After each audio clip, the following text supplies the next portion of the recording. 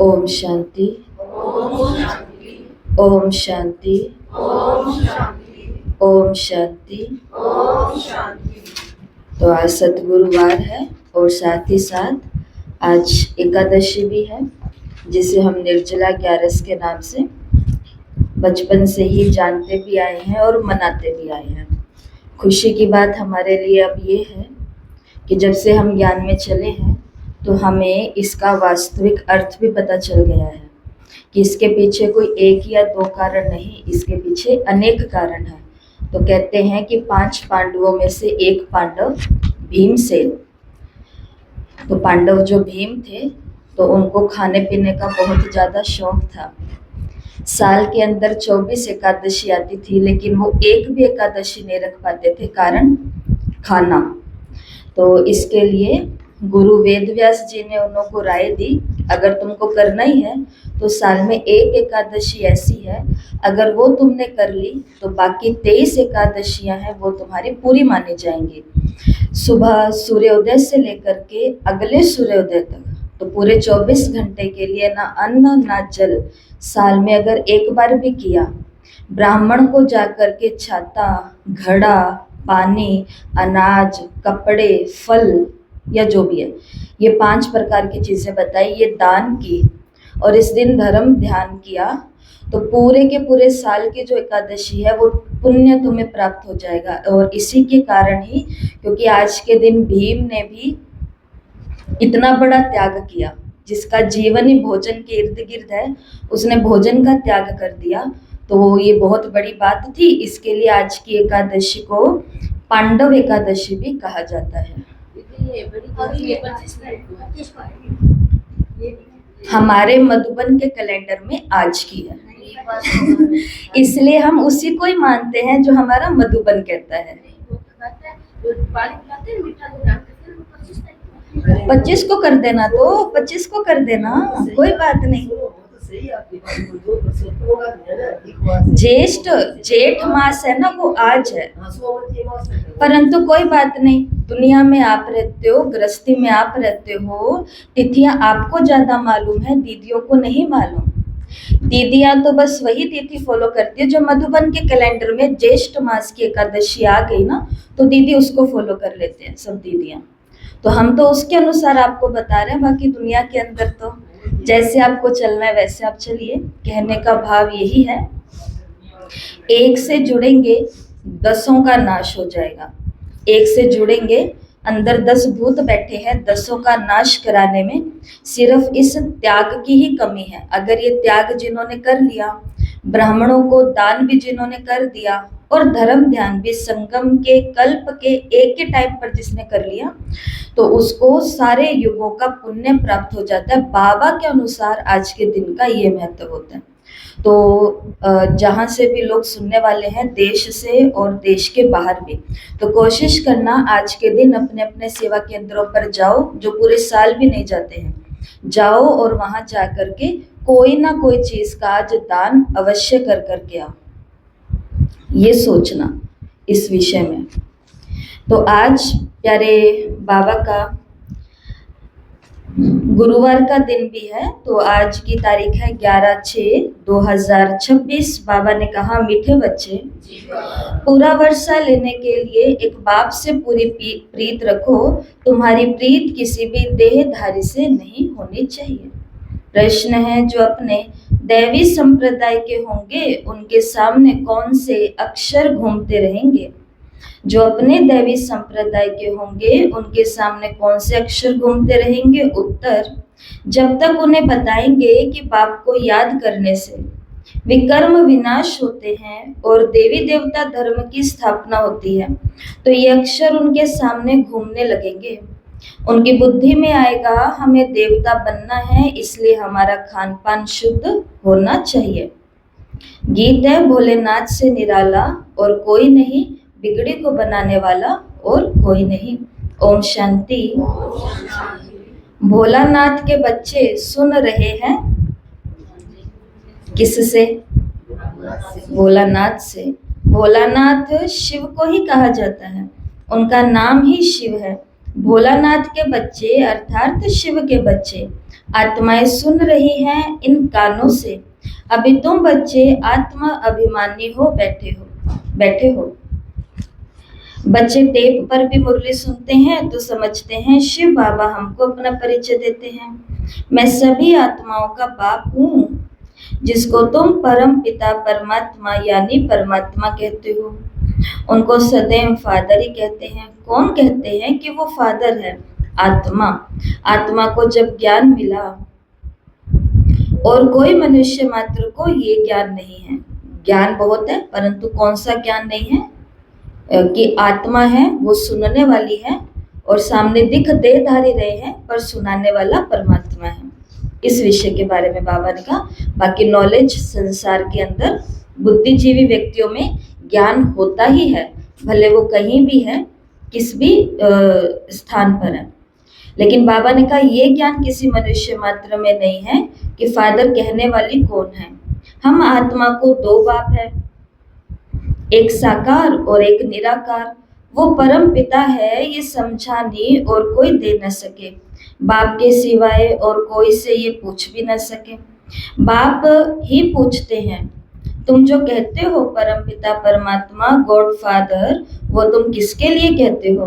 क्या लौकिक बाप के लिए या पारलौकिक बाप के लिए?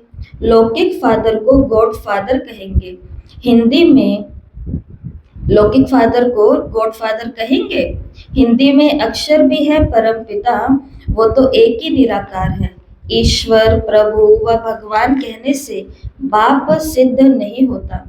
गॉड फादर अक्षर अच्छा है। आत्मा ने कहा वो हमारा गॉड फादर है। लौकिक फादर तो सिर्फ शरीर का बाप है। तुम सबसे पूछा जाता है तुमको कितने फादर हैं, कितने बाप हैं? 3 हैं। तुमको पूछा जाता है तुमको कितने फादर्स हैं? एक है लौकिक और दूसरा है पारलौकिक। दोनों में बड़ा कौन? तो जरूर कहेंगे पारलौकिक फादर। उनकी महिमा है सब पतितों को पावन बनाने वाला पारलौकिक बाप। ये भी अभी तुम समझते हो, दुनिया में ये कोई नहीं समझते। बाप ने समझाया है तुमको पारलौकिक बाप से प्रीत रखनी है। औरों की है विनाश काले विपरीत बुद्धि, विनाश का भी समय है।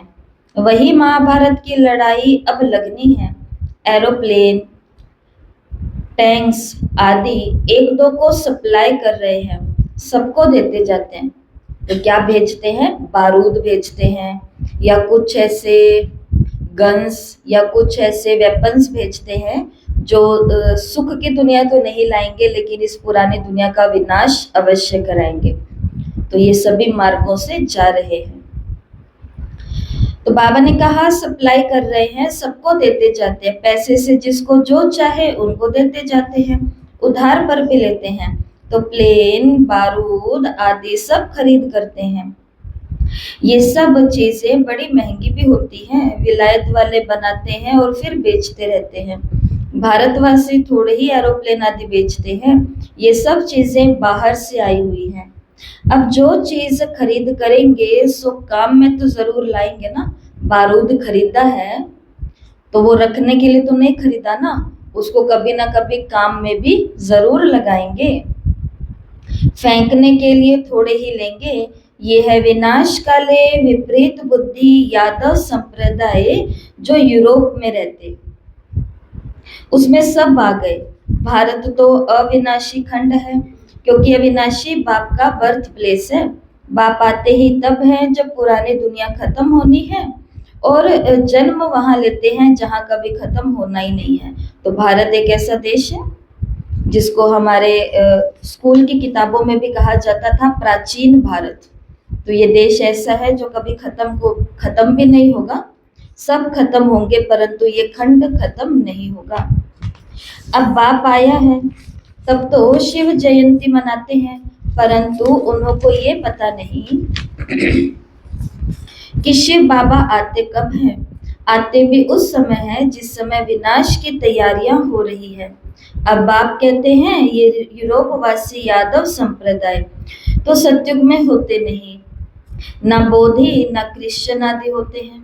अब बाप कहते हैं उन्हों की है विनाश काले विपरीत बुद्धि, क्योंकि परमात्मा बाप को सर्वव्यापी कह देते हैं। तुम हो विनाश काले प्रीत बुद्धि, तुम बाप को जानते हो, वो समझते हैं, तुम समझते हो हमने 84 जन्म लिए, 84 जन्मों में पाप आत्मा तमो प्रधान बन गए। भारतवासियों ने ही 84 जन्म लिए हैं। अब नाटक पूरा होता है, सबको वापस जाना है। तुमको बाप राजयोग सिखा रहे हैं, जाना तो है। कल मम्मा ने भी मुरली में शाम को कहा कि लोग कहते हैं मरना तो है ही, तो मम्मा ने कहा मरना तो एक दिन है ही, लेकिन उसके पहले पहले लोग पढ़ते भी हैं। ये सोचते हैं मुझे क्या पढ़ना है, मुझे शादी करनी है, मुझे बच्चा पैदा करना है। मम्मा ने कहा मरना ही है तो आज मर ही जाए, परंतु ऐसा तो कोई नहीं कहता ना। जन्म लेने से लेकर के मरने तक बीच में सारे काम करते हैं या नहीं करते? कर लेते हैं ना, अपने शौक से करते हैं। खुद इतने से हैं, लेकिन अभी से सोच रहे हैं कि कल को मेरा बच्चा मेरा क्या करेगा। अभी खुद ही बच्चे हैं, लेकिन किसके बारे में सोच रहे हैं? अपने बच्चे के बारे में। तो बाबा ने हमें यही सीख दी है कि विनाश तो होना ही है, तो उस समय ये ना सोचो कि कोई बात नहीं, जिस समय होना होगा हो जाएगा, उससे पहले तो खा पी ले, मौज मस्ती कर ले। तो उस समय भी यही सोचो कि वो तो एक दिन होना ही है। क्यों ना त्याग, तपस्या, धर्म, ध्यान वो भी थोड़ा थोड़ा सा जीवन में लेकर के आ जाए। बाकी जो होना है वो तो होना ही है। इसलिए बाबा ने कहा नाटक पूरा हो रहा है, वापस सबको जाना है। और इसी बीच में बाप हमें क्या सिखा देते हैं? राजयोग सिखा देते हैं कि जाने से पहले अपना स्वयं का राजा बनना सीख लो। ये है सबकी कयामत का समय, अर्थात मौत का समय। तो उन यादवों की भी ईश्वर से प्रीत बुद्धि नहीं है, इसलिए विनाश काले विपरीत बुद्धि कहा जाता है। कोई भी देहधारी मनुष्य से प्रीत नहीं लगानी है, वो तो है रचना, उनसे वर्षा नहीं मिल सकता। भाई को भाई से वर्षा थोड़े ही मिलता है, ये तो अच्छी तरह से समझाया जाता है। तुम बच्चे भी समझते हो उनकी है विनाश काले विपरीत बुद्धि और तुम्हारी है प्रीत बुद्धि। इसमें भी जो प्रीत, तीव्र प्रीत वाले हैं, बाप से पूरी प्रीत वही रखते हैं। और हम में भी जो कहते हैं भाई मुझे तो भगवान मिल गया, शिव बाबा मिल गया, उनमें भी सबको शिव बाबा नहीं मिला है। शिव बाबा का मिलने के बाद भी अभी तक देहधारियों के पास ही हम, पहले उधर देहधारियों के पास भटकते थे और अभी वाइट ड्रेस। तो बाबा से प्रीत लगी या नहीं लगी? क्या कहेंगे इसको? नहीं लगी। पहले वो अच्छे लगते थे, अब ये अच्छे लगते हैं। पहले उनके पास जाकर के इधर उधर का करते थे, अब इनों के पास आकर के इधर उधर का करते हैं। तो भगवान एक से तो हम जुड़े ही नहीं ना। तो बाबा ने कहा, ध्यान से सुनना ये महावाक्य फिर से। पहले बाबा कहते हैं कि तुम्हारी है प्रीत बुद्धि, और इसमें भी जो तीव्र प्रीत वाले हैं, बाप से पूरी प्रीत वही रखते हैं। तो प्रेम करना बड़ी बात नहीं है। दुनिया में बहुतों को प्यार हो जाता है, एक ही जिंदगी में कईयों से हो जाता है, लेकिन प्रेम को निभा कहाँ रहे हैं, इंपॉर्टेंट ये होता है। माँ बाप से प्यार है, मम्मी मुझे आपसे बहुत प्यार है, पापा मुझे आप बहुत अच्छे लगते हो, लेकिन निभा पाएंगे क्या? निभाने वाले तो श्रवण कुमार जैसे ही होते हैं, जो करके दिखाते हैं, जो बोल के नहीं दिखाते हैं।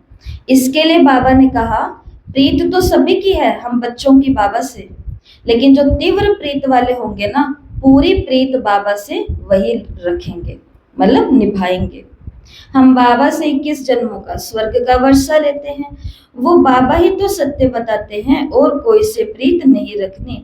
जब नया मकान बनाते हैं तो फिर पुराने मकान से प्रीत हट जाती है, नए मकान से लग जाती है। तो हम भी पुरानी दुनिया से दिल तोड़ते जाते हैं। बाप समझाते हैं दिन प्रतिदिन वायुमंडल खराब होता जाएगा, देखते हो कितने हंगामे होते हैं, तो समझेंगे कि बस अभी ये खलास होते हैं।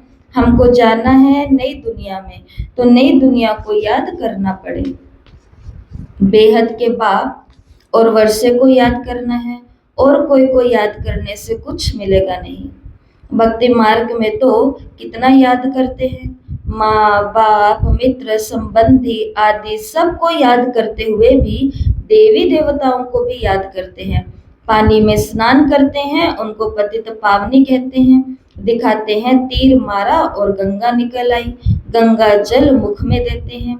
समझते हैं थोड़ा भी गंगा जल मिलने से मुक्ति को पा लेंगे।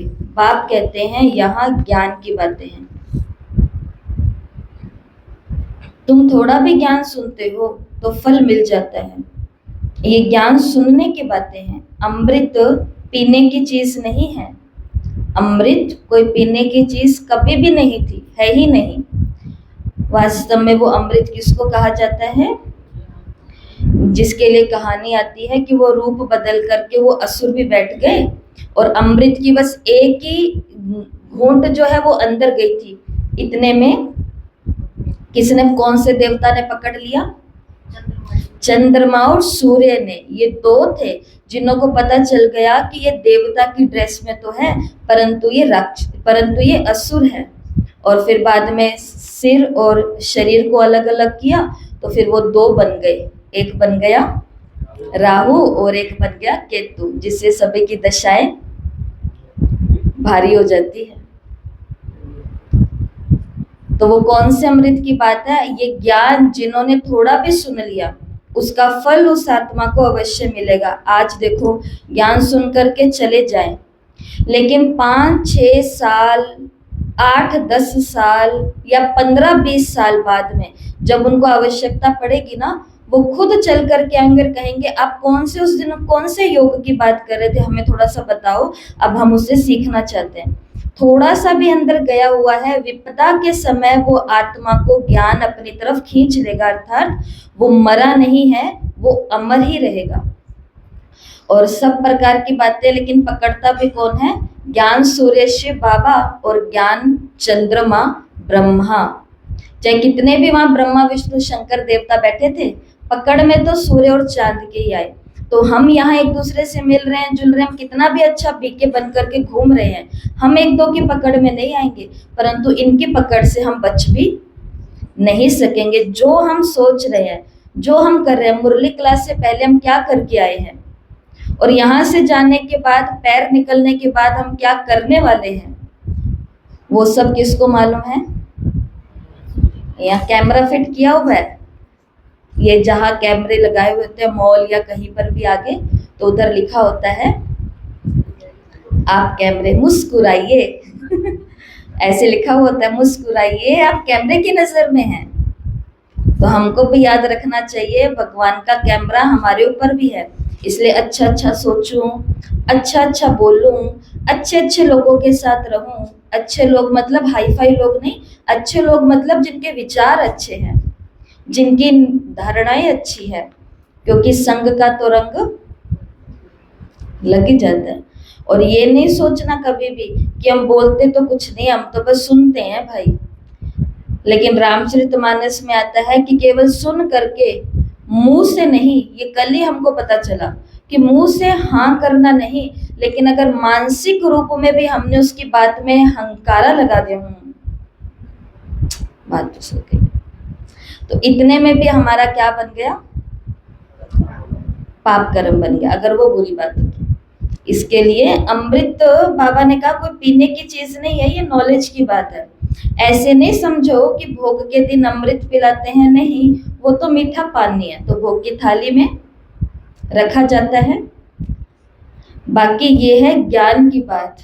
ज्ञान अर्थात बाप और सृष्टि के आदि मध्य अंत को जानना। ये सृष्टि चक्र कैसे फिरता है, कौन 84 जन्म लेते हैं, सब तो ले ना सके, पहले पहले भारतवासी आते हैं, वही पूरे 84 जन्म लेते हैं। जो देवता थे वही 84 जन्म को भोग करके पतित बने हैं। बाप आकर के फिर से कांटों से फूल बनाते हैं। मनुष्य देह अभिमान में आकर के 5 विकारों में फंस पड़ते हैं। अब है रावण राज्य, सतयुग था दैवी राज्य, शिव बाबा ही स्वर्ग पूरी रचते हैं। सूर्यवंशी लक्ष्मी नारायण का राज्य था। और आपको ये बात भी बता दूं कि इस एकादशी पर जो लोग होते हैं वो खास कौन से देवता की पूजा करते हैं? चतुर्भुज विष्णु की पूजा करते हैं। तो अब हमको सारा ज्ञान की नॉलेज समझ में आ गई है।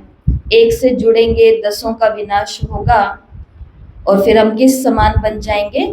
लक्ष्मी नारायण। तो सूर्यवंशी लक्ष्मी नारायण का राज्य था। अब तुम जानते हो स्थापना हो रही है।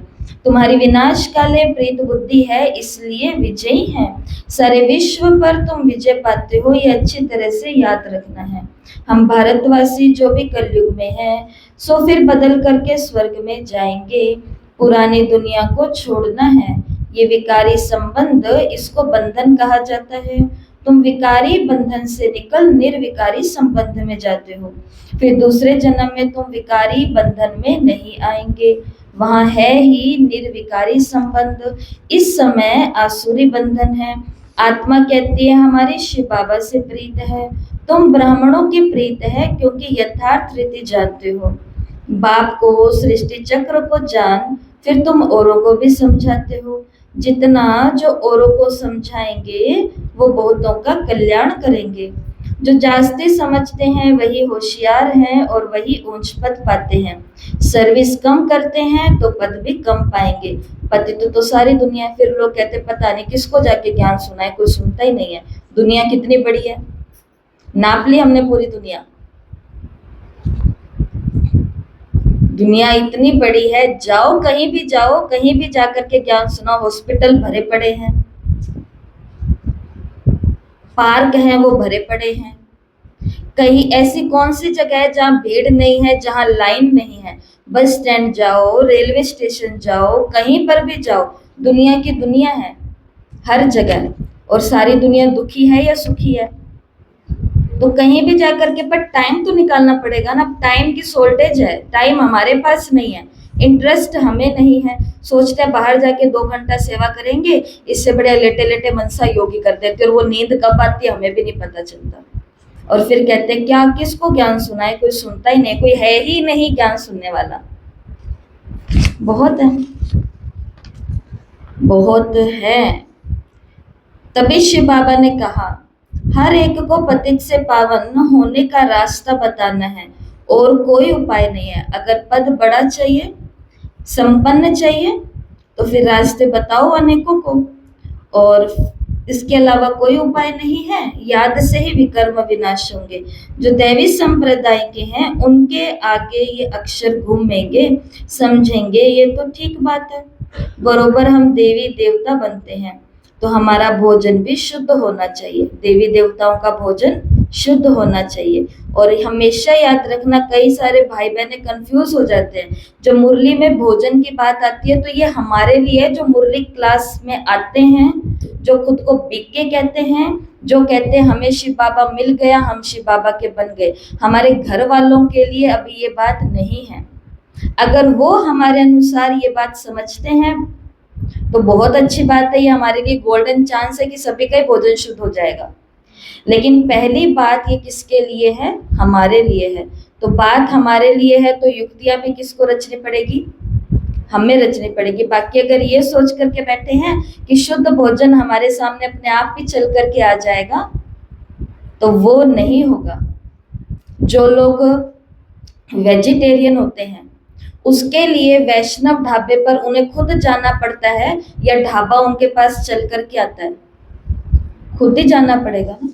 नहीं तो कहीं पर भी घुस जाओ तो क्या पता चलेगा कौन से बर्तन में क्या बना हुआ है और हम क्या खा रहे हैं।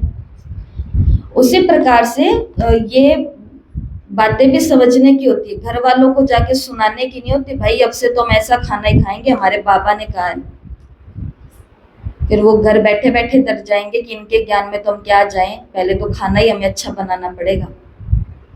तो सोचो कौन सी बातें अंदर रखने की होती है और कौन सी बातें बताने की होती है। सेवाओं की बातें बताओ, उनका करो प्रचार।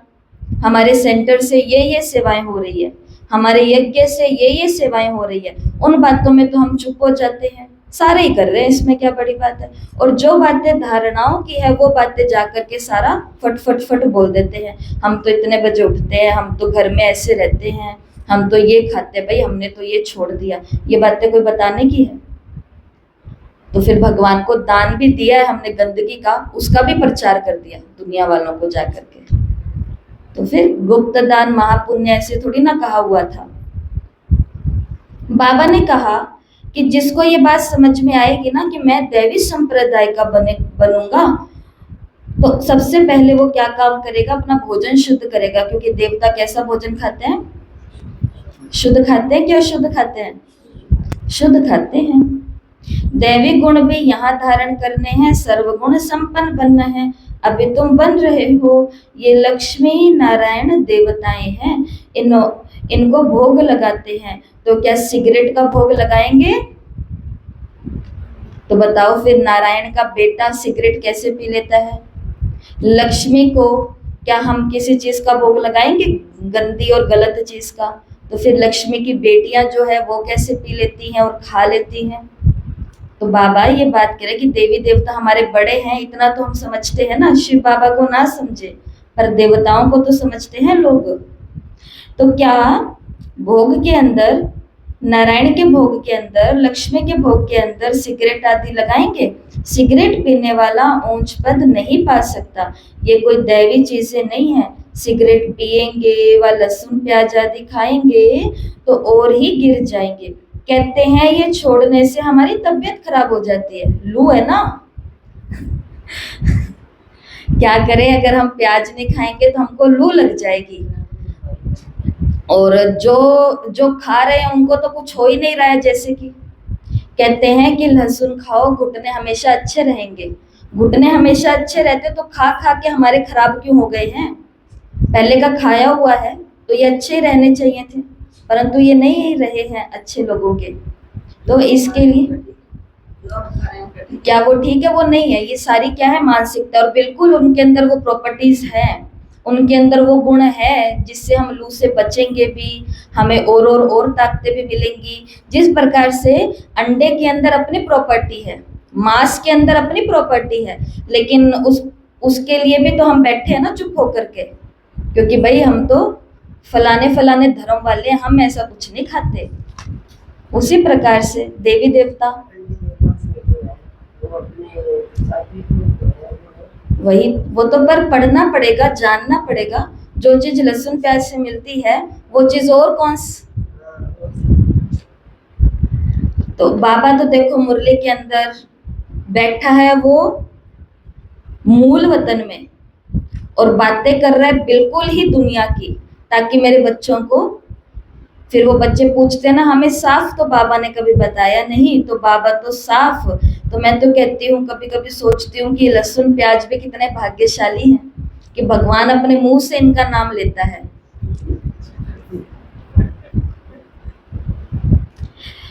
और फिर बहाने क्या लगाते हैं लोग कि ये छोड़ने से हमारी तबीयत खराब हो जाती है। बाबा कहते हैं शिव बाबा को याद करो, तबीयत से बचना है ना, शिव बाबा को याद करो।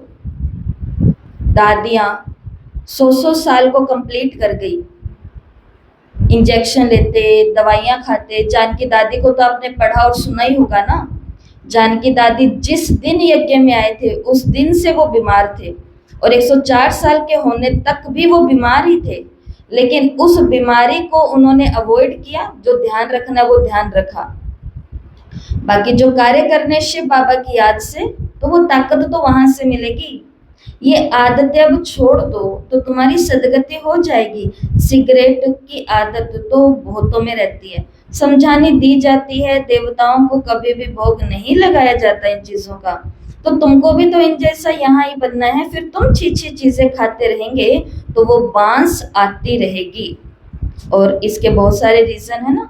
तो ये घर हमारे बाबा के बहुत शुद्ध होते हैं, बहुत स्वच्छ होते हैं, और अगर हम ऐसा कुछ खाते हैं पीते हैं तो हमारे मुंह से भी क्या आती है, बांस आती है। और भगवान सबको खुशबूदार बनाने आया, तो वो केवल चरित्र को महकाने की बात नहीं है, हमारे रोम रोम से भी क्या आनी चाहिए, सुगंध ही आनी चाहिए। तो ऐसा कुछ खाना नहीं है। सिगरेट व शराब पीने वालों से दूर से ही बांस आती है। तो तुम बच्चों को दैवी गुण धारण करने हैं, वैष्णव बनना है। जैसे विष्णु के संतान है, तुम विष्णु अर्थात दैवी संतान बनते हो। यहाँ तो तुम ईश्वरीय संतान हो।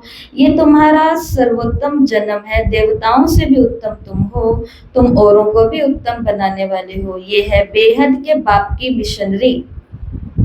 क्रिश्चियन लोगों की मिशनरी होती है, अपने क्रिश्चियन धर्म में बहुतों को कन्वर्ट कर देते हैं। ये है ईश्वरीय मिशनरी। तुम शूद्र से ब्राह्मण धर्म में कन्वर्ट करते हो और फिर देवता धर्म में जाते हो। तुम जानते हो हम शूद्र से अब ब्राह्मण बने हैं। तुम जीते जी मरे हो, फिर जाकर के देवता बनेंगे, गर्भ से जन्म मिलेगा। यहाँ तुमको बाप ने धर्म का बच्चा बनाया है। किस लिए? बाबा ने हमको धर्म का बच्चा क्यों बनाया है? धर्मात्मा बनाने के लिए, ताकि धर्म के काम करो। पर धर्म के काम नहीं करेंगे तो फिर भगवान का हमें अपना बच्चा बनाने का मकसद क्या पूरा हुआ? इसलिए मुरलियों को ध्यान से सुनना और पढ़ना होता है। बाप ने तुमको अपना बनाया है। बच्चों को बाप सिखलाते हैं, ब्राह्मण से देवता बनते हैं। ये मनुष्य कितने ऊंच हैं, इनमें सब दैवी गुण हैं। जब तुम आत्मा पवित्र बन जाएंगी तो तुमको शरीर भी पवित्र मिलेंगे। पुराने शरीर को खत्म होना है, तुमको शरीर नया सतो प्रधान चाहिए। सतयुग में 5 तत्व भी सतो प्रधान बन जाएंगे। बाप कहते हैं तुम शूद्र वर्ण में थे, अब फिर ब्राह्मण वर्ण के बने हो ना, फिर दैवी वर्ण में आएंगे। 84 जन्म लेंगे ना। ब्राह्मण वर्ण को तो गुम ही कर दिया है। कहाँ गुम कर दिया है?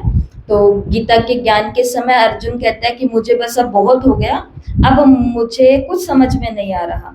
तो वहां पर फिर वो जाकर के अपना विराट रूप दिखाते हैं। तो उस विराट रूप के अंदर सारा है, क्षत्रिय, वैष्णव, ब्राह्मण, क्षत्रिय, देवता, क्षत्रिय, वैष्णव और शूद्र, परंतु उसके अंदर ब्राह्मण नहीं है। तो बाबा कह रहे हैं कि ब्राह्मण वर्ण को तो गुम कर दिया है। अब बाप शूद्र से ब्राह्मण बनाए, फिर देवता बनाते हैं। अब तुम ब्राह्मण हो, चोटी बाजोली होती है ना, अभी ब्राह्मण है, फिर देवता, क्षत्रिय, वैश्य, शूद्र और फिर ब्राह्मण बनेंगे। इसको चक्र कहा जाता है। अभी तुम ब्राह्मण वर्ण में हो। बाबा ने कहा ये नॉलेज अभी है, फिर प्रारब्ध मिल जाएगी, वहां सुखी रहेंगे। 21 जन्म नंबरवार, इस जन्म के पुरुषार्थ अनुसार। तो जैसा इस जीवन में हमने पुरुषार्थ किया है उसी के अनुसार उतना ही सुखी रहेंगे। कोई राजाई घराने में तो कोई प्रजा घराने में। राजाई घराने में सुख बहुत है, फिर कलाएं कम होती हैं। तुमको 84 का ज्ञान मिला है, समृद्धि आई है। बाप आकर के समझाते हैं, मीठे मीठे बच्चों तुम्हारे अब 84 जन्म पूरे हुए।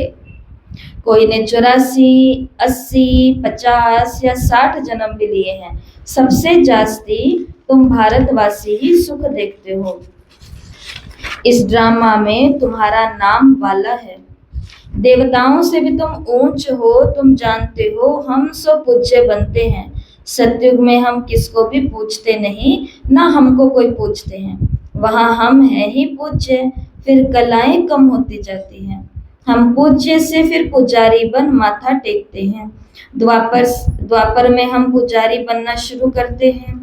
अंत में फिर सभी व्यभिचारी बन जाते हैं। ये शरीर 5 तत्वों का बना हुआ है, उनकी कोई बैठ पूजा करते हैं तो उसको कहा जाता है भूत पूजा। हर एक में 5 भूत हैं। देही अभिमान का भूत, फिर काम का भूत, क्रोध का भूत। भूत संप्रदाय कहो या आसुरी संप्रदाय कहो, एक ही बात है। तो बताओ अब हमें कौन सा संप्रदाय पसंद है? आसुरी संप्रदाय, भूत संप्रदाय या भूतनाथ का संप्रदाय, ईश्वरीय संप्रदाय? भूतनाथ का संप्रदाय। तो अभी हम किसके संप्रदाय में आ चुके हैं? भूतनाथ किसका नाम है? भोलानाथ का ही तो नाम है, शिव बाबा का नाम है। तो कौन से भूतों पर? वो रात को 12-1 बजे वाले भूतों पर जीत नहीं पहना था, उन्हें तो हमें सकाश देना है। हमारे अंदर इतनी लाइट और हमारे अंदर इतनी माइट होगी कि वो आत्माएं आएंगी, दूर से ही प्रकाश उनको मिलेगा और वो मुक्ति धाम में चली जाएंगी। ये बाबा ने हमें अव्यक्त मुरलियों में ज्ञान दिया है। तो उनसे डरने की बात नहीं है। अपने अंदर इतनी शक्ति लेकर के आनी है, इतनी हिम्मत लेकर के आनी है कि बाबा ने कहा तुम तो औरों को मुक्ति, जीवन मुक्ति देने वाले हो। इसलिए आज की मुरली के 3रे पन्ने पर भी बाबा ने कह दिया है, मैंने तुमको अपना बच्चा बनाया। किस लिए? धर्मात्मा बनाने के लिए। तो किसी फंसी हुई आत्मा को मुक्ति दिला दे हम। किसी का एक्सीडेंट हो गया, किसी ने सुसाइड कर लिया, कोई कहीं से कूद गया, कुछ भी ऐसा हो गया, वो आत्मा यहीं पर ही भटक रही है, यहीं पर ही फंसी हुई है, और उस आत्मा को हम मुक्ति दिला दें, क्या ये कम पुण्य है? बताओ।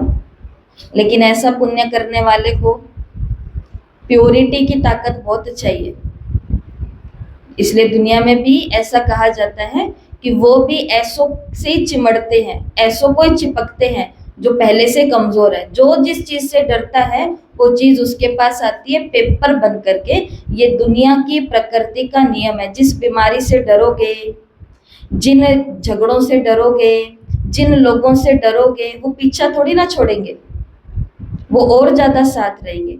इसलिए परसों की अव्यक्त मुरली आपने सुनी है। उस मुरली में बाबा ने क्या बनने के लिए कहा, कौन सी शक्ति धारण करने के लिए कही है? 21 बातें आपको भेजी थी, निर्भयता की शक्ति। अब जिन्होंने वो 21 बातें लिखी उनको तो याद रह गया कि कौन सी 21 बातों का बोल रहे हैं। इसलिए मुरलियां हमें पहले से सारे इशारे दे देती है।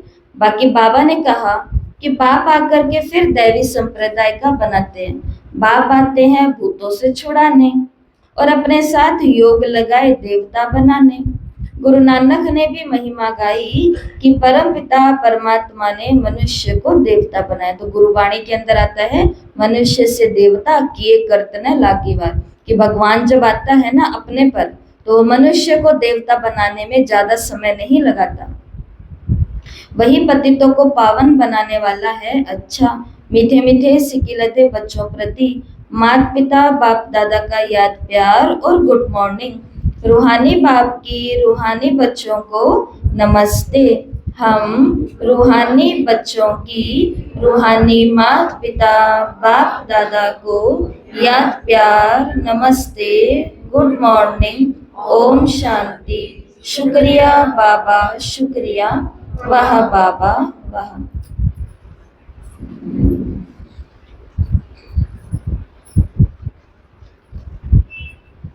धारणा के लिए मुख्य सार।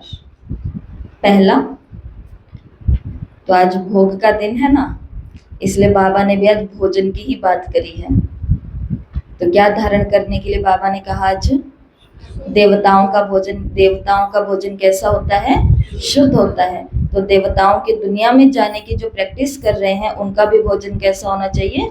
शुद्ध होना चाहिए। जिस प्रकार से एक आर्मी के अंदर कोई भर्ती लेने के लिए जाते हैं ना, तो उनको सब चीजें सिखा देते हैं कि भाई तुम कल को भारत देश की या अपने देश की रक्षा करने वाले हो, तो तुम्हारे ये डिसिप्लिन होने चाहिए, तुम्हारा ये अनुशासन होना चाहिए, तुम्हारे ये मैनर्स होने चाहिए। उस समय अगर कोई बोले कि अरे भाई हमारा ऑफिसर तो बड़ा ही ऐसा है, हमें तो कभी ये करने को बोलता है, कभी ये करने को बोलता है, ऐसे थोड़ी ना सबको छोड़ छाड़ के बैठ जाएंगे।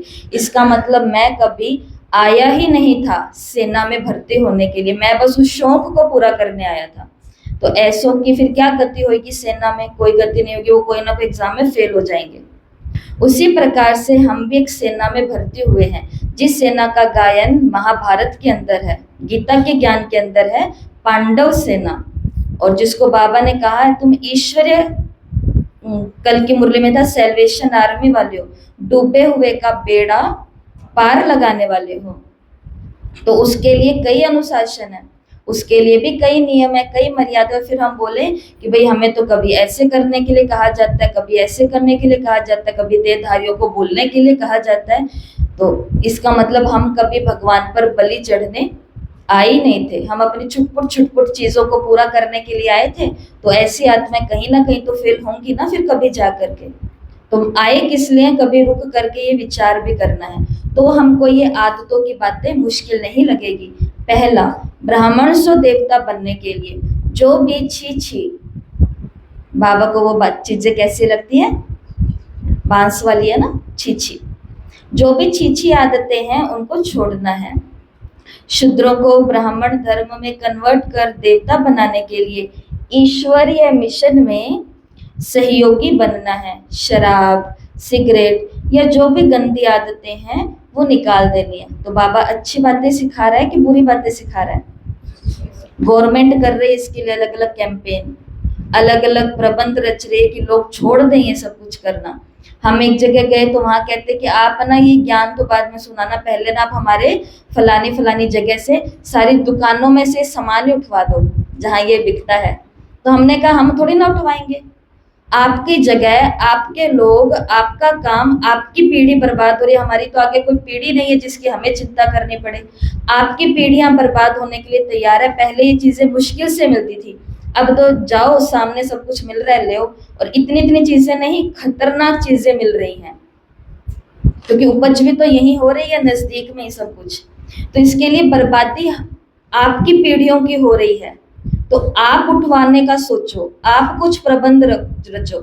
हमारी आगे कोई बर्बादी नहीं, हम तो फिर भी भगवान के बच्चे हैं, तो भगवान के आदेशानुसार इस सेवा के लिए निकले हैं। तो ये भी उसकी रहमत है, ये भी उसकी कृपा है। बाकी बाबा ने तो कहा कि शराब, सिगरेट और जो भी गंदी आदतें हैं वो निकाल देनी है। दूसरा, इस विनाश काल के समय में एक बाप से सच्ची प्रीत रखनी है।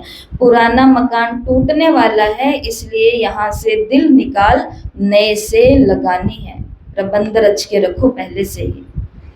वरदान है, श्रेष्ठ कर्म द्वारा सिमरण योग्य बनने वाले योग युक्त युक्ति युक्त भव। बाबा ने कहा आपका एक एक कर्म जितना श्रेष्ठ होगा उतना ही श्रेष्ठ आत्माओं में आपका सिमरण किया जाएगा। भक्ति में नाम का सिमरण करते हैं, लेकिन यहाँ तो श्रेष्ठ आत्माएं जो है उनके गुण और कर्मों का मिसाल देने वाले सिमरण करते हैं। तो आप श्रेष्ठ कर्मों के आधार पर सिमरण योग्य बनते जाएंगे। इसके लिए योग युक्त बनो। लोग किसका नाम लें? हमारा ही नाम लें। गुणों का सिमरण हो और कर्मों का सिमरण हो। उसके लिए क्या चाहिए? अगर ये चीज चाहिए तो उसके लिए पहले योग युक्त बनो। योग युक्त बनने से हर संकल्प, शब्द व कर्म युक्ति युक्त अवश्य होगा। उसमें अयुक्त कर्म व संकल्प हो ही नहीं सकता। तो ये एक कनेक्शन है। स्लोगन, निमित्त और निर्माण चित्त, यही सच्चे सेवाधारी के लक्षण हैं। निमित्त और निर्माण चित्त, यही सच्चे सेवाधारी के लक्षण हैं। और ये है आज के अव्यक्त इशारे। बाबा ने कहा सरल चित्त नेचर होगी तो हर्षित रहने के साथ नैनों से, मुख से और चलन से प्रत्यक्षता स्पष्ट रूप में दिखाई देगी। कभी मुख से कटु वचन नहीं निकलेंगे। उनका दिल, दिमाग, बोल सब एक समान होगा। दिल में एक, बोल में दूसरा, ये सरलता की निशानी नहीं है। कल भी आपको कहा था, दिल में कोई और बात होती है, मुंह पे कुछ और बोलते हैं। ऐसे लोग कईयों को कंफ्यूज कर देते हैं। इसके लिए सरल चित्त बनो, इजी नेचर वाले बनो। जो दिल में है वही मेरे मुख पर आए, बोल में आए। सरल स्वभाव वाले सदा निर्माण चित्त, निरहंकारी और निस्वार्थी होंगे। उनका कोई भी स्वार्थ नहीं होगा। तो आज का सभी स्वमान लिखना, मैं योग युक्त युक्ति युक्त आत्मा हूँ। मैं योग युक्त युक्ति युक्त आत्मा हूँ। अच्छा, ओम शांति।